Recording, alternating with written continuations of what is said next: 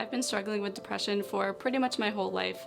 One of my clearest memories from childhood was from when I was around 11 years old, and I was doing my homework and I just kept thinking to myself, if I don't finish this assignment by a certain time, then I'm gonna kill myself.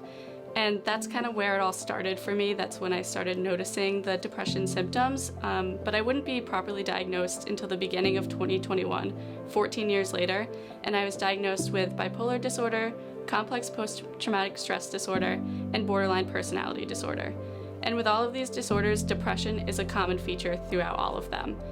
And for me, this depression looks like a lack of motivation, intense feelings of hopelessness, and a sense that everything is just pointless. And this deeply affects my ability to function because there's a lot of things that I know that I should be enjoying, but they just don't seem fun or appealing to me when I have these thoughts.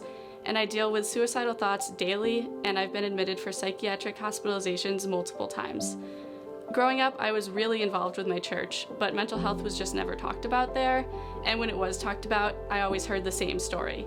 I was depressed, I found God, and now I'm better.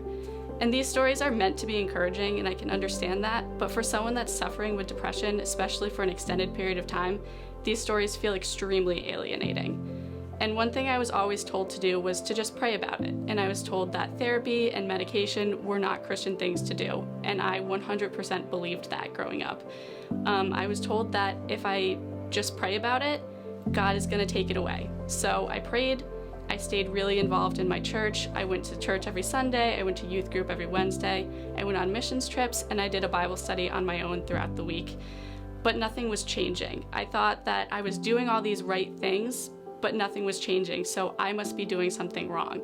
I must not be a good enough Christian, because if I was a good enough Christian, then I would have been better already. So this line of thinking kept me from getting proper therapy and proper medication for 15 years.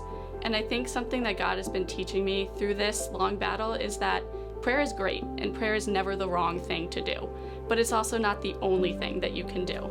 You can pray and you can go to therapy, you can rely on Jesus for your strength, and you can also take psychiatric medications.